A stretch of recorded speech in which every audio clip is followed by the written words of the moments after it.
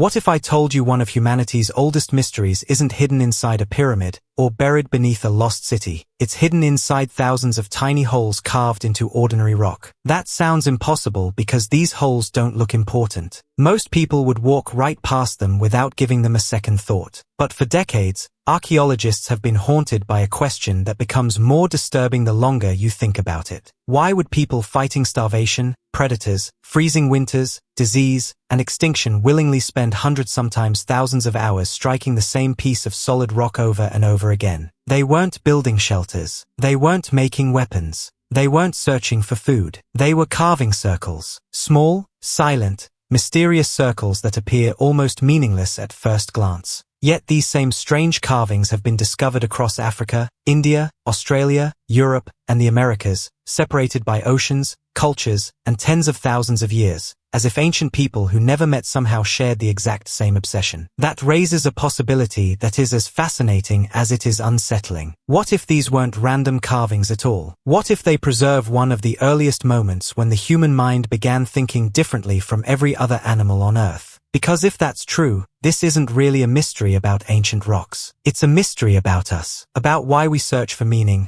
why we preserve memories, why we create symbols, and why, thousands of generations later, we're still trying to understand a message someone carved into stone without writing a single word. Long before the first cities appeared, before kings ruled kingdoms, before the pyramids reached toward the sky, and even before writing allowed people to record their thoughts, someone picked up a simple hammerstone and deliberately struck the same rock again, and again, and again. Each impact removed only a tiny fragment, yet they continued until a smooth circular depression slowly emerged from the stone. Archaeologists call these carvings cupules, or cup marks, and although they appear deceptively simple, many researchers now believe they may represent one of humanity's oldest surviving expressions of intentional behavior. Some examples discovered in central India have been argued to be hundreds of thousands of years old, while similar carvings appear across nearly every inhabited continent, forcing archaeologists to confront an extraordinary question. How could societies separated by enormous distances, different environments, and countless generations repeatedly create nearly identical marks without any known connection between them? At first, the explanation seems obvious. Perhaps these shallow depressions were practical tools used for grinding seeds, cracking nuts, preparing pigments, collecting rainwater, or sharpening stone implements. But as excavations expanded, those simple answers began falling apart. Many cup marks are carved into nearly vertical rock faces where water cannot collect. Others appear deep inside caves where no one lived permanently and where natural light never reaches.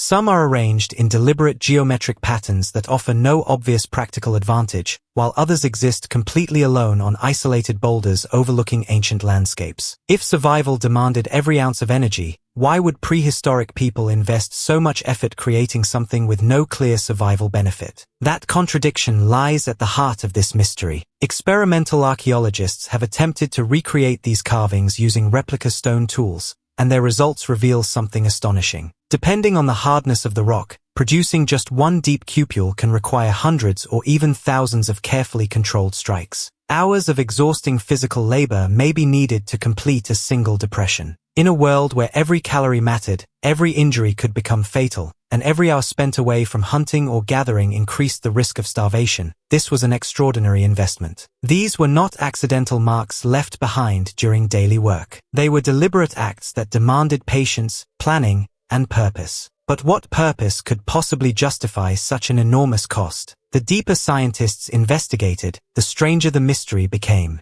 Some researchers argue these carvings were connected to ritual behavior, suggesting the act of repeatedly striking stone may have held symbolic or spiritual meaning long before organized religion existed. Others believe cup marks served as territorial markers, memory points, ceremonial gathering places, or important locations within seasonal migration routes. A growing number of cognitive archaeologists propose something even more profound, that the act of carving itself may have strengthened social identity, preserved collective memory, and helped early communities pass knowledge across generations before language became sophisticated enough to record complex ideas. If that theory is correct, then these silent circles are far more than holes carved into stone. They may represent one of humanity's earliest technologies for preserving ideas without words. Imagine a young child watching older members of the group patiently strike the same rock their grandparents had once carved, learning not only how to shape stone but how to become part of something larger than themselves. In that moment, the carving would no longer be just a mark. It would become a shared memory, a tradition, and perhaps even one of the first symbols connecting one generation to the next. Yet despite decades of excavation, microscopic analysis, experimental archaeology, and advances in dating technology, no explanation has achieved complete scientific agreement. Every new discovery answers one question only to create another. Were these the world's oldest artworks? Ancient maps? Ritual objects? Memory stones? Musical instruments? Or evidence that something extraordinary was happening inside the human brain long before civilization ever existed? Because perhaps the greatest mystery isn't what these ancient people carved into the rock, but what those carvings reveal about the exact moment our ancestors stopped thinking only about surviving another day and began creating something they believed would outlive them forever. If these mysterious cup marks were never simply tools, then the next question becomes even more unsettling. What exactly were our ancestors trying to preserve? The answer may not be hidden inside the stones themselves, but inside the minds of the people who carved them. Modern archaeology has gradually shifted away from asking only what ancient objects were used for and begun asking something far more revealing: what kind of thinking was required to create them in the first place? That change in perspective transforms this mystery completely. Every carefully carved depression represents a decision. Someone intentionally selected a particular rock, returned to it repeatedly, invested precious energy into shaping it, and then, remarkably, countless others continued doing the same long after the original carver was gone. That isn't just repetitive labor. It's continuity. It's tradition. It's memory surviving beyond a single lifetime. And memory may have been humanity's greatest invention long before writing ever existed. Unlike animals that rely mostly on instinct, humans became extraordinary because they learned to preserve knowledge across generations. Every lesson remembered increased the chances of survival. Every story passed to a child reduced the need to learn everything through painful experience. Every shared tradition strengthened trust within the group. But memory itself is fragile. Without books, permanent buildings, or written language, early humans needed physical anchors that could outlive the people who created them. Perhaps these simple carvings became exactly that: silent landmarks connecting the living with those who came before them. Imagine returning to the same rock every season for hundreds of years. Children grow into adults. Elders disappear. New generations take their place. Yet the stone remains unchanged, carrying the marks left by hands that vanished centuries earlier. Each new strike isn't just creating another cupule. It's renewing a connection with people whose names have long been forgotten. Suddenly these circles become more than carvings. They become conversations across time. That idea may sound poetic, but recent discoveries in cognitive archaeology suggest symbolic behavior played a critical role in humanity's evolution. The ability to assign meaning to objects, places, and repeated actions helped build larger,